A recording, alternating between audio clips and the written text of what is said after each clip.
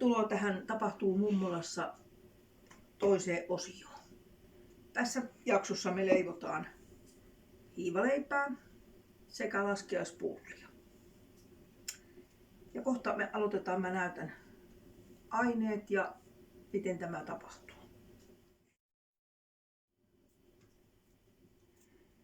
Tähän tulee nyt aineet ja mulla on tässä 5 desilitraa, puoli litraa siis toisin sanoen tämmöstä juustoheraa. Siinä on sitten osaksi myöskin vettä. Sitten mä laitan siihen pari teelusikallista suolaa. No ei nyt ihan kahta mennyt. Sitten mä laitan siihen, tämä nyt menee vähän niin kuin noin, mutta noin pari ruokalusikallista tulisi vähän niin kuin tämmöstä siirappia tähän sen takia, että se rupeaa sitten hiiva toimimaan. Eli hiivahan me laitetaan sitten puoli pakettia, tästä paketista puolikkaat. Laitan tänne.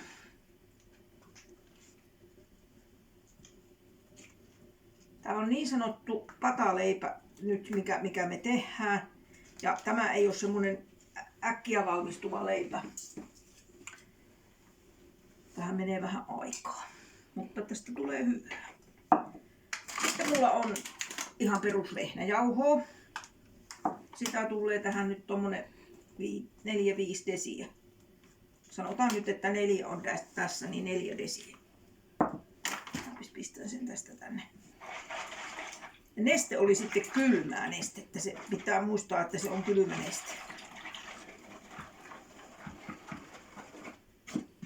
Tää menee aivan tämmöisellä haarukalla sekoittain sitten. Ja sitten me laitetaan tämmöistä hiivaleipäjauhoa. Tääkin on vehnää, mutta tää on hiivaleipäjauhoa ja se on vähän erilaista. Niin pannaanpa sitä semmonen, no niin, sitä tulee se 5 desiä.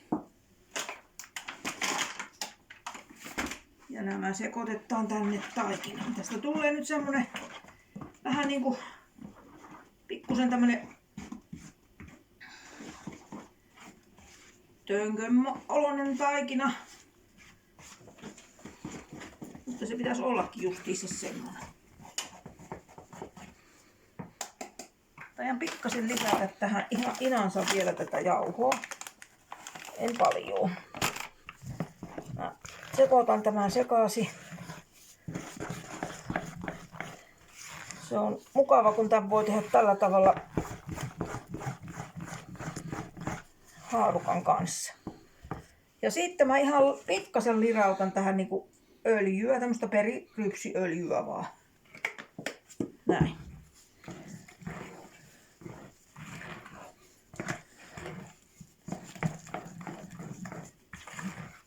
Tätä ei tarvitse tämä enempää tässä vaiheessa sitten vaivata.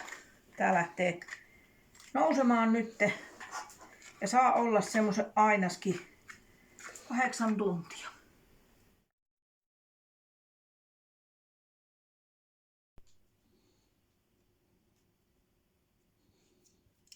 Tässä mä oon tehnyt valmiiksi sitten yöllä laitoin tulemaan taikinan.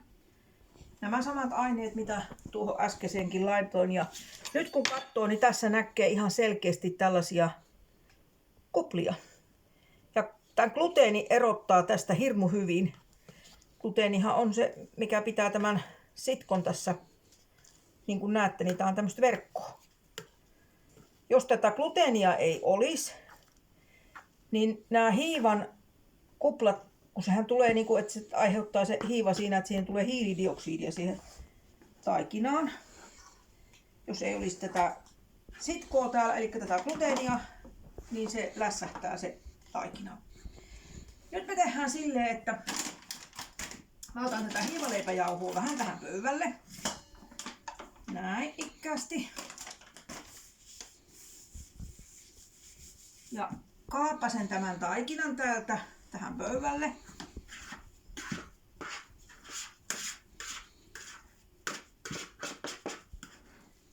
Ja näyttää, että tätä on hirveän vähäsen. Vaikka se äsken se taikina oli noustessaan melko runsaan näköinen. Mutta tästä tulee vallan hyvä leipä.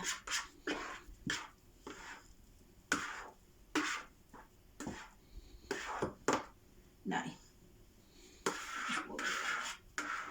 No. Ja nyt on semmoinen tilanne, että tätä ei sitten varsinaisesti vaivata, vaan tää niin kuin taitellaan tälleen päälle, tää taikina. Tää pataleivässä on tämmönen idea, että tätä taitetaan tähän päälle.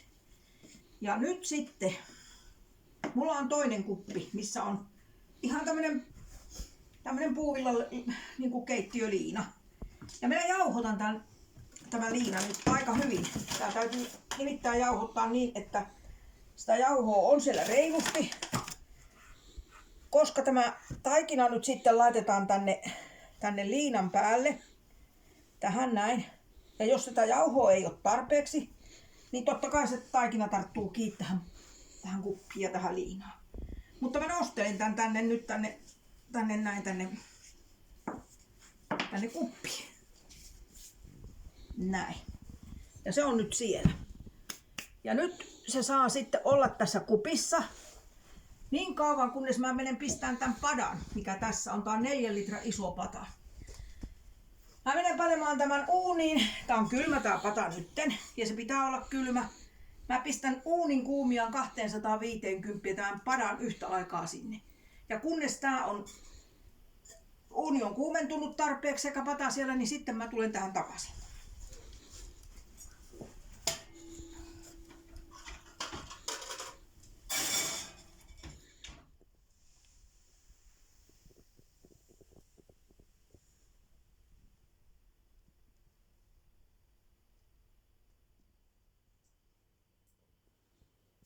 No nyt on pata ollut kuumiamassa uunissa.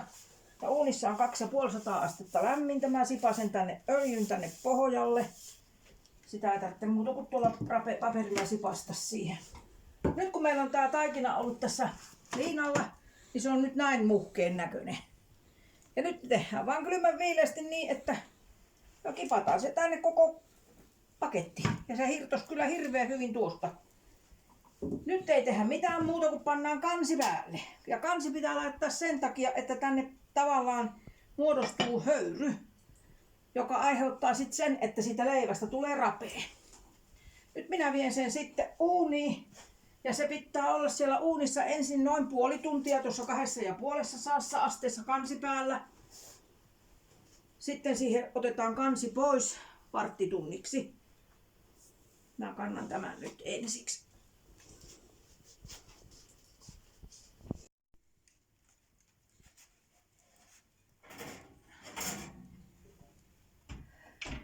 Se on nyt siellä puoli tuntia kannen kanssa.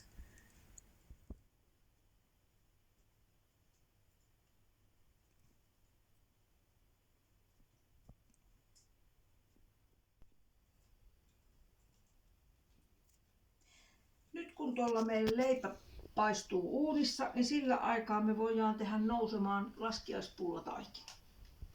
Muutama vuosi sitten mä palkkasin itselleni apulaisen. Ja se on toiminut hirveän hyvin, kun ei taho jaksaa enää veivata itse, niin minäpäs pistän ne tänne koneeseen kaikki aineet. Eli mulla on 0,5 litraa vettä lämmintä, taikka melko lämmintä vettä. Laitamme sen sinne ja sitten mulla on täällä hiivapalanen. Mä murennan sen tuonne joukkoon. Siellä sulaa sitten itekseen se.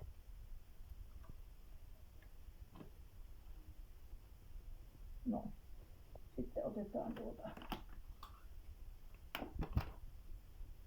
sokeria.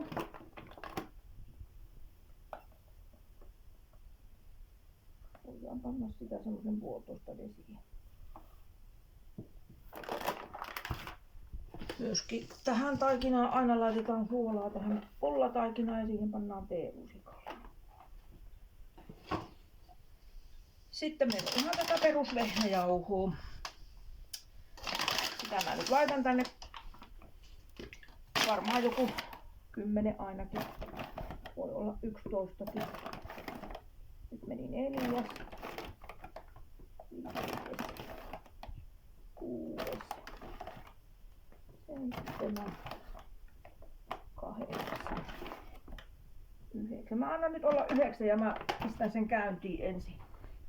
Tässä nyt vähän aikaa, kun tää kone käy, niin kuuluu niin paha ääni, että pannaan siksi aikaa vähän kiinni.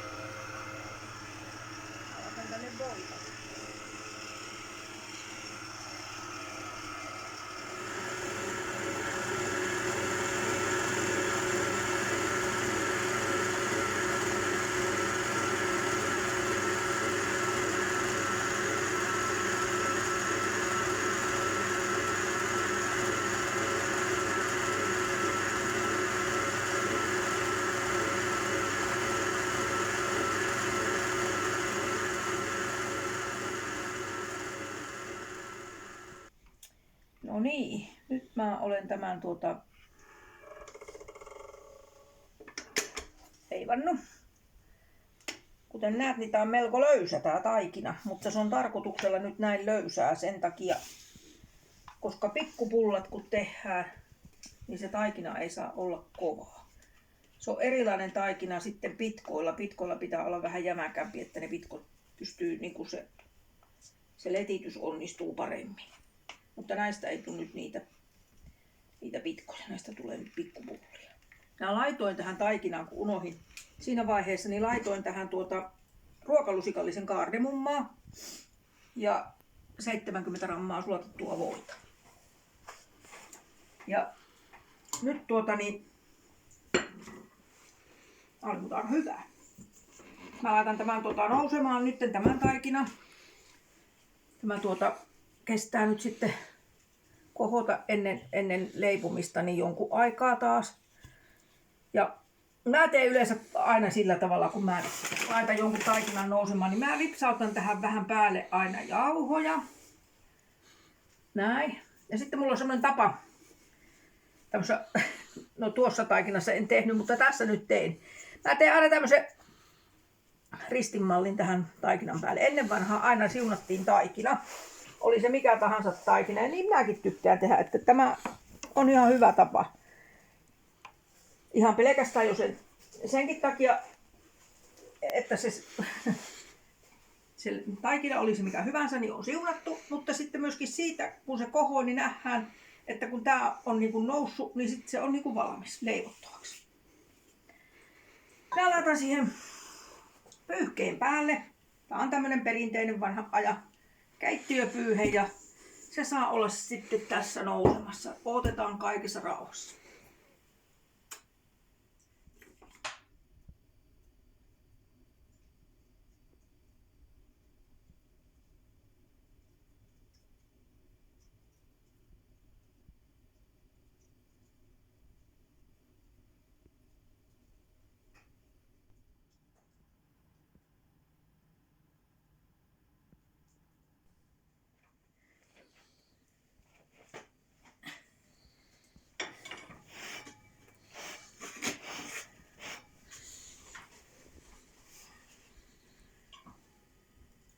Tässä nyt sitten valmista leipää.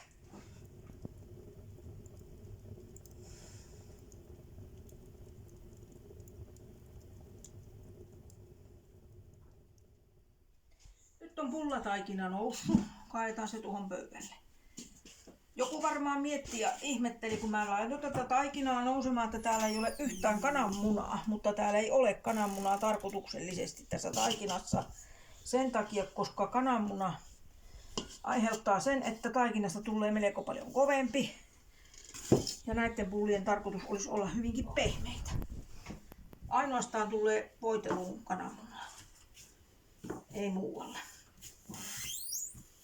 Ja mulla on nyt meininki tehdä tästä sitten vähän niin kuin kahdenlaisia laskiaispullia. Kokeillaan mitä siitä tulee. Siitä hommasta. Mulla on tämmösiä tötteröitä niin sanottu. Mä en tiedä mikä nimi on, tötterö. Mä pistän tähän vähän rasvaa pintaa ja sitten mä kieritän siihen ympärille taikinaa ja siitä tulee semmonen sarvi, pullosarvi. Mä jaan tämän nyt sitten 6 osaan, mulla on 6 noita sarvia.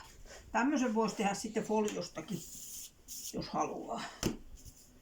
Eikä ne nyt, tää nyt oli vaan tämmönen huvitteluhomma.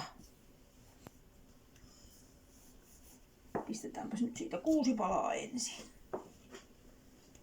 Mennään tuonne vähän. Näin. Ja mä istun nyt selkä sanoo silleen, että nyt on istuttava.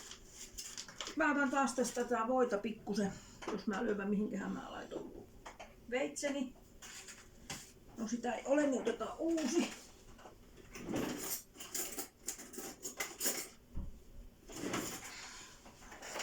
Mä nimittäin pikkusen voitelen näitä tötteröitä. Koska se tarttuu se taikina muutenkin, jos niitä ei yhtään voitele. En mä tiedä kuinka paljon sitä pitäisi pistää siihen, mutta pannaan nyt vähäsen. Jokaiseen tötteröön.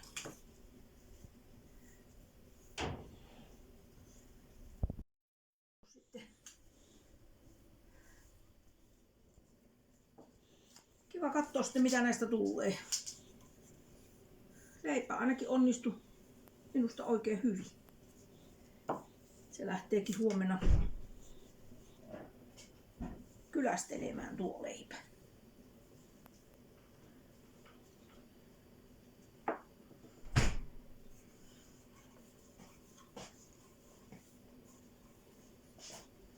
Justiin sopivasti tuli tätä rasvaa nyt.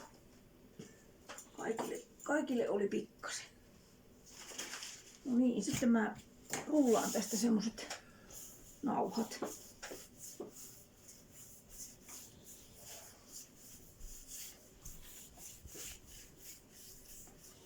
Kohan pitkä siitä pitäisi tulla. Kokeillaan tämmöstä nauhaa. Otetaan tuosta nyt sitten tötterö ja ruvetaan niinku. Tääkin on nyt mulla sitten vähän niinku ihme, että kun en tiedä oikein, että mistä päästä tätä sitten pitäisi pyörittää. Mä pyöritän nyt tästä päästä. Ja mä luulen, että tätä ei saisi kauhean tiukkaa edes pyörittää, että se pääsisi nousee hyvin. Koska sen pitäisi sitten nousta. Ja nyt mä asetan sen tohon nousemaan. Se oli aika sopiva mittainenkin näköjään, kun se meni justiin siihen. Sitten tehdään seuraava.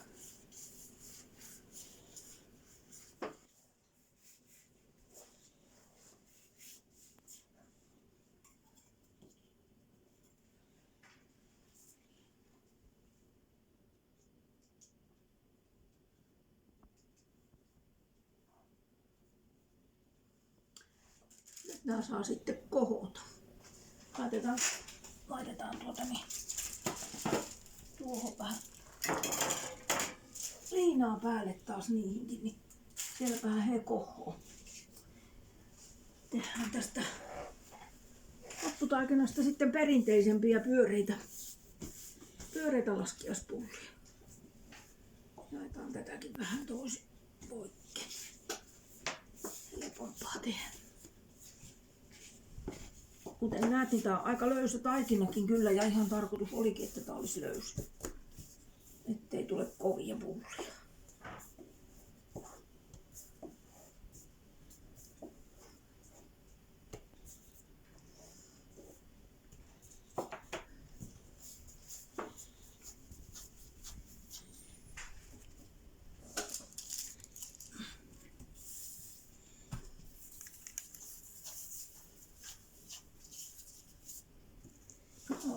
Vähän eri kokoisia näyttää tulevan, mutta nämä onkin mumman pullia. Ei on niin justiin.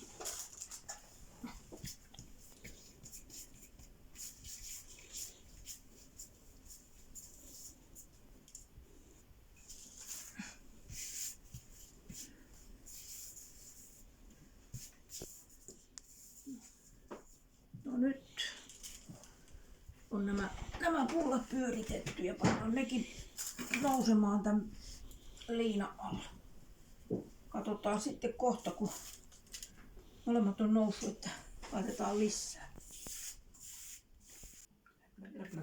No niin, nyt mä voitelen nämä sarvet kananmunalla ja pistän siihen raijuustoa vähän pinnalle. Ja laitetaan ne tonne paistumaan uuniin sitten.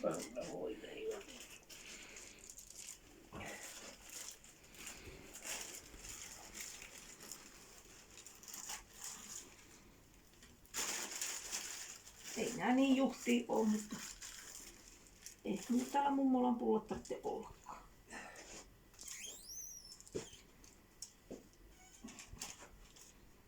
Niin. Pistetään vähän raesokeria sitten koristeeksi pinnalle.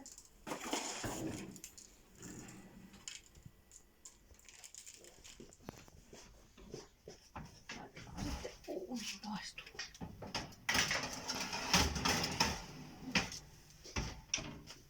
On pari 225 suurin piirtein. Voidellut nämä pullat valmiiksi tähän ja laitetaan näihinkin nyt raesoperi. Nämä on nyt noussut ja mä otan kohta sieltä ne sarvet uunista pois ja pannaan nämä tilalle.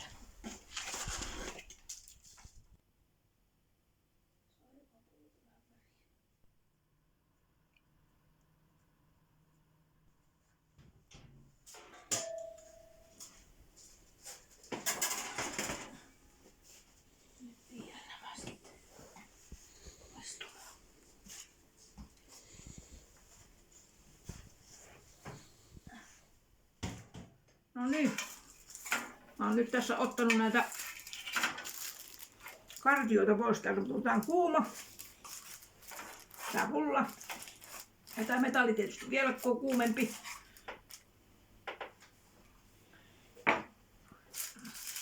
Näistä tuli tämmösiä kivan näköisiä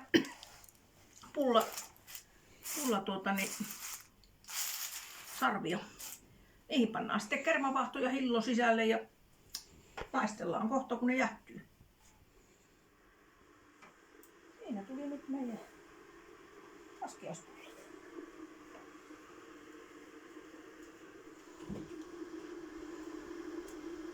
Mähän paistoin nämä molemmat 225 asteessa semmoisen 10 minuuttia, mutta sen katsoo aina tästä väristä ja vähän näin, että toinen uuni voi vaatia pitemmän ajan, toinen vähän vähemmän, mutta noin 10 minuuttia.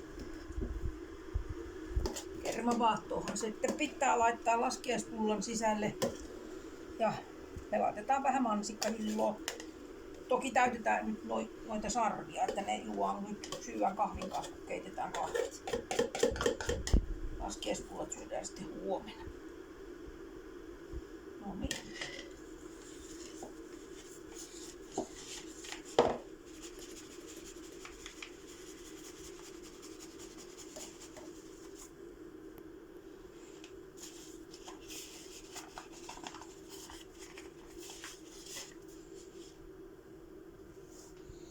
Niin, se on valmiina sitten, kun mä otan tosta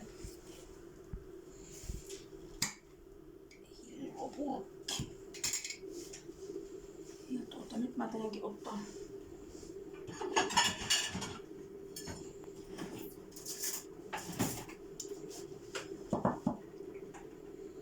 vaikka tämmönen ensin ja laitetaan sinne ensin hilloa tonne koloseen. Ai, tästä tulee, kuulkaa, hyvää.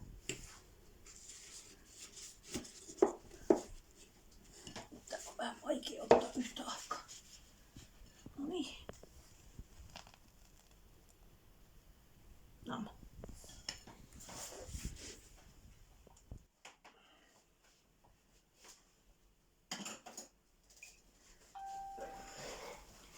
Tämä on se paras vaihe tässä leipomisessa, kun pääsee maistamaan. Meillä on tässä herkkua, laskiaista, sarvia. Mistähän päästä sitä haukkaa?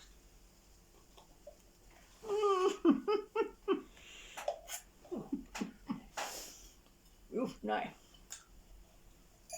Pitkin poskia. Mutta hyvää se on. Mäpäs leikkaan tästä nyt hatun pois tästä varovasti tästä pullasta. Toivottavasti tää ei ole liian kuuma, ettei se lätsähä tää pulla.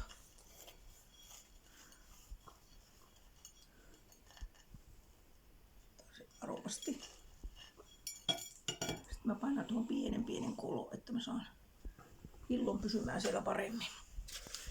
Katsotaan miten kerman käy, kun mä pursutan sen tähän reunalle.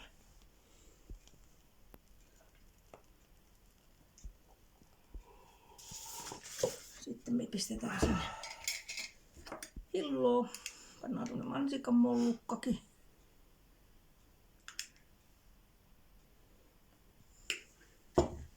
Sitten me laitetaan hattu päälle. Ja